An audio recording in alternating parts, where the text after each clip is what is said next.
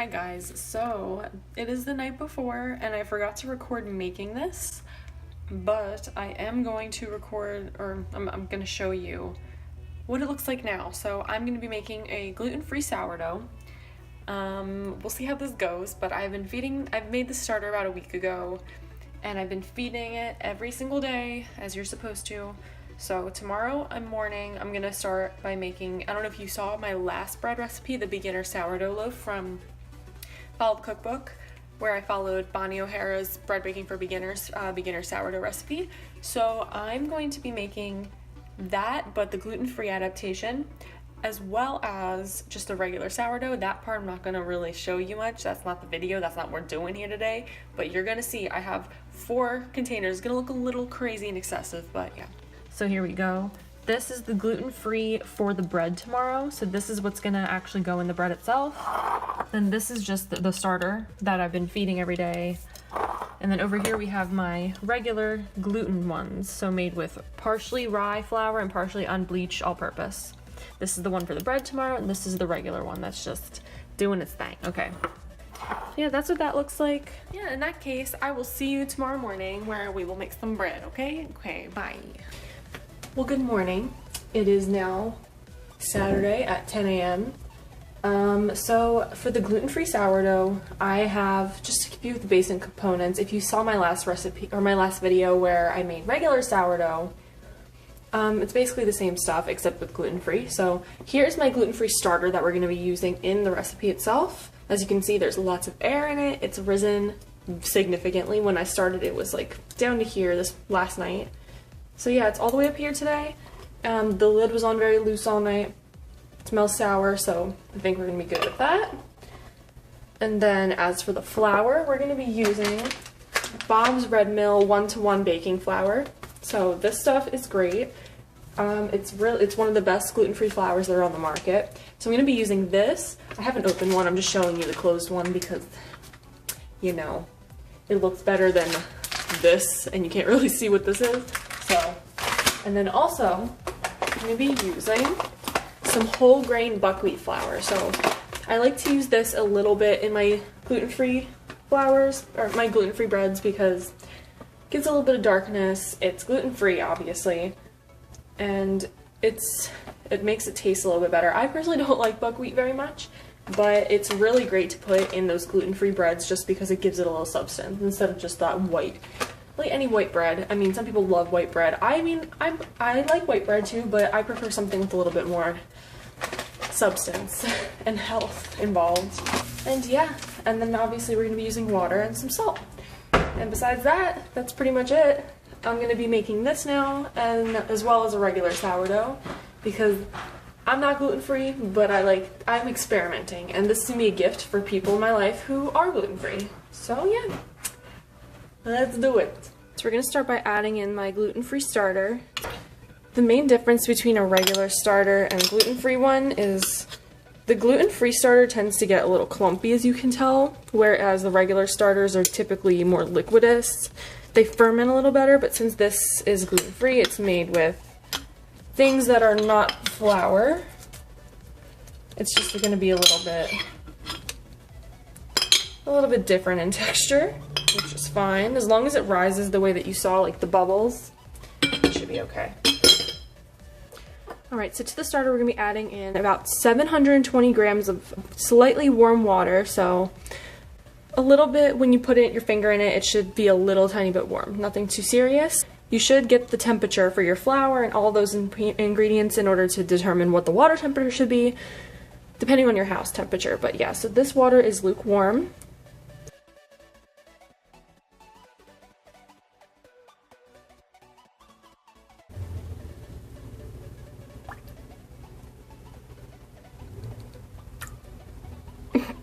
Come on. Oh, okay, got it.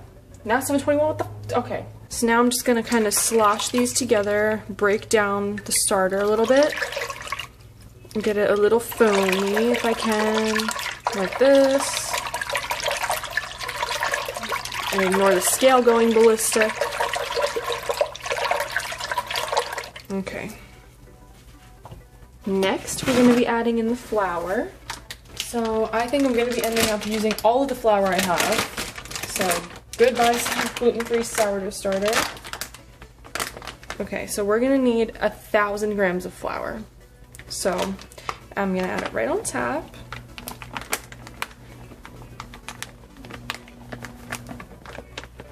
Okay, we might be able to not actually use all of it. Do that, and then we'll add about 100 grams of buckwheat because the buckwheat flour can be very, very strong in flavor, so don't want to overdo that.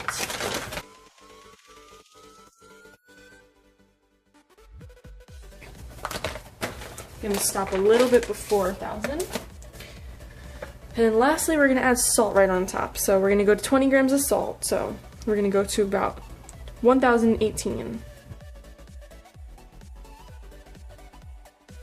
Now that we have everything in here, we're going to start to combine it. Now I'm just going to combine this all with my hands.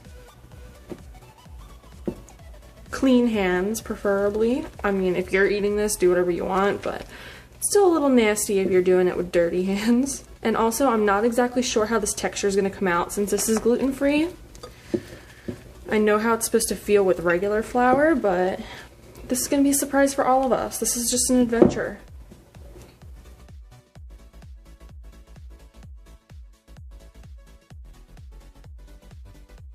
This is all clumping in my hands. That's one difference I can already tell you between regular and gluten-free. This stuff is like super sticky to my hands.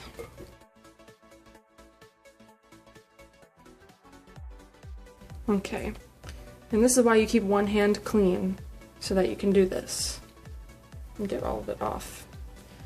Alright, so now I'm going to let this sit for a little bit to let the flour soak up the water, and then it'll become a little bit better of a dough, and then we can go ahead and knead it. So I'm going to actually be doing a combination of, oh okay, that wants to be on the floor then, a combination of a intermediate and a beginner, so I am going to knead this because it doesn't seem like the right texture in order to be able to fold it correctly, so like that does not seem like it's going to work very well.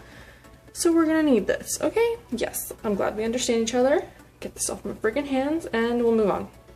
Alright, so now onto a floured surface. I'm gonna knead this bread a little bit. So I wasn't anticipating on kneading this. Usually with the intermediate sourdough, you just fold it every 20 minutes for 2.5 hours about. But yeah, so this one, I didn't anticipate the gluten-free flour to be so dense, so now we're gonna have to knead it, even though I used a very high moisture. So yeah, we're gonna knead this bad boy a little bit, which I guess is good because with my regular sourdough, I am doing that every 20 minutes, so this I'm just gonna get to rise once. So let's see. Clearly it doesn't have very much, it has no gluten in it, so you can actually tell by the texture. It has no springiness to it, so I'm really not too optimistic with this at the moment, but I'm still gonna give it a little bit of work. Hopefully something good will happen. I'm kind of stupid. I should have anticipated it not having any springiness or elasticity because it's gluten-free. And gluten is what makes it springy and have that little elasticity and just, I don't know, the gummy texture that you try to achieve in order to get a good sourdough. I mean, it is smoothing out, which I guess is good. Not exactly what we need, but it's very sticky. Okay, listen, I'm learning. I'm not very good with gluten-free baking. I'm a good, in my opinion, regular baker. But gluten-free is not something I'm very used to. So this is an experiment and we're seeing what happens. And you guys get to watch me either do well or fail miserably and be really upset with myself. So let's hope for the first option.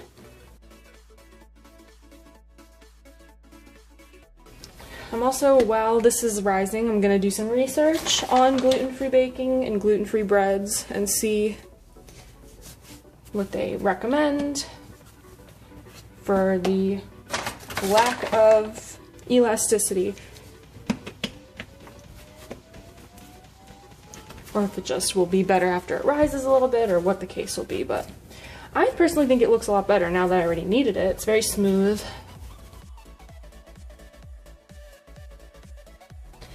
And you know, that's as good as it's gonna get, I think. It's not gonna develop any gluten, so I don't see the point. And yeah.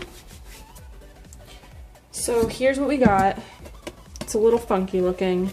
I'm gonna go put her outside to rise for about an hour and a half, and then I'm gonna give her a couple folds, and then another hour and a half, and we'll see where we're at then. Hopefully she'll have risen a lot and look really nice, but I don't really know at this point. We're gonna be surprised together, okay? Alright, so here we have a floured surface. As you can see, it was a little wet still, but that's fine.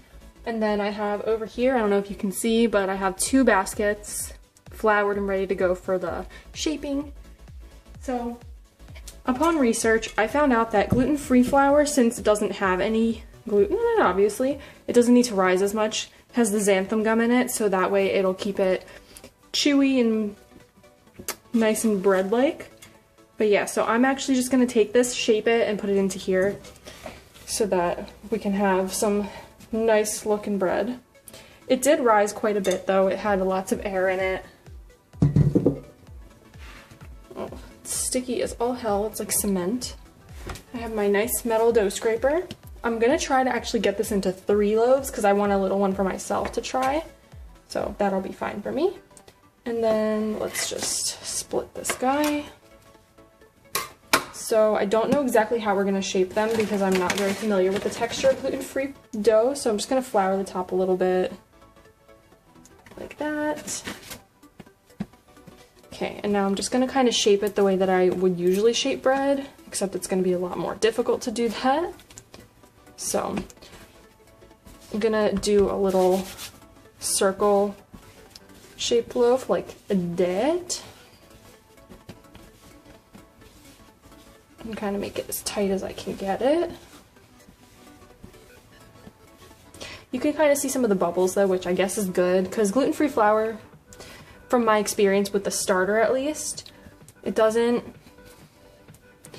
get like those big, beautiful bubbles like a regular sourdough would. But it does get a little bit of its own bubbles, so. The smaller ones are still bubbles, and that's the goal. Don't know where I'm going to proof my little mini loaf. Maybe I'll just shape it and hold it at room temp and then hope for the best. Gotta flour the bottom. I don't know what the hell's happening with this. Okay, so I think this is as good as this one's going to get. I don't think it needs so much shaping, just because, like I said, no gluten. So I'm going to take that and get it set for proofing. It's only going to proof for a little bit just because, like I said, 150 times already, it is gluten-free. Proof it for like 20 minutes just so it can kind of hold its shape, and then right now I'm going to preheat the oven once I'm done shaping. And I'm going to preheat it to, I believe, 475 to 500. I usually do 500 for my regular, but I'm just going to do 475 because I don't want to burn these.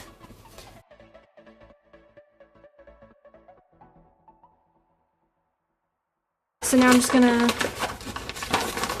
I'm gonna flour the top of both of these a little bit, close them up, and then let them sit for about 20 minutes while the oven preheats, and then we're gonna bake them and we'll see what happens. There's that one. This recipe is obviously for a regular loaf of bread, a regular loaf of sourdough bread, not a gluten-free, so I'm not gonna get too upset if this doesn't work. Actually, I will, because this flour is not cheap, but we'll see. We'll see what happens. It's learning for a reason. If you make mistakes, you just learn from them.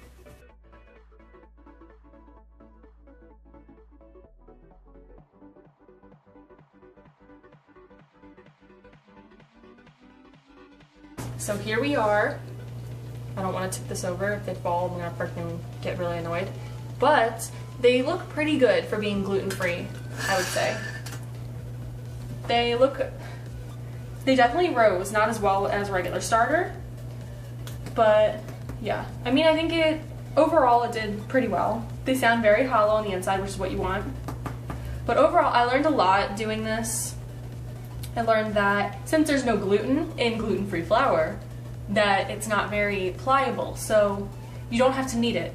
And I also learned that xanthan gum is what makes it chewy, the way that gluten does in regular bread. So that doesn't get activated when you're kneading and stuff, so that's why you don't need to knead. Also, air bubbles are obviously here. They're not as big as in a typical loaf of sourdough bread, which is my favorite part, but I mean, you can still see them. They're very obvious, and you can see them like even in the crust. I think this is a little, oh. Yeah, so they're there. What are you meowing at? You both are making too much noise. But yeah, I mean, I think this was a success for a first attempt. I'm definitely gonna try to do this again. These are not for me, like I mentioned. These are gonna be for gifting. But yeah, I mean, it was a fun adventure. Also, I forgot to record where I scored them and I shaped them for you, but I didn't score them and I didn't put them in the oven for you guys, so sorry about it.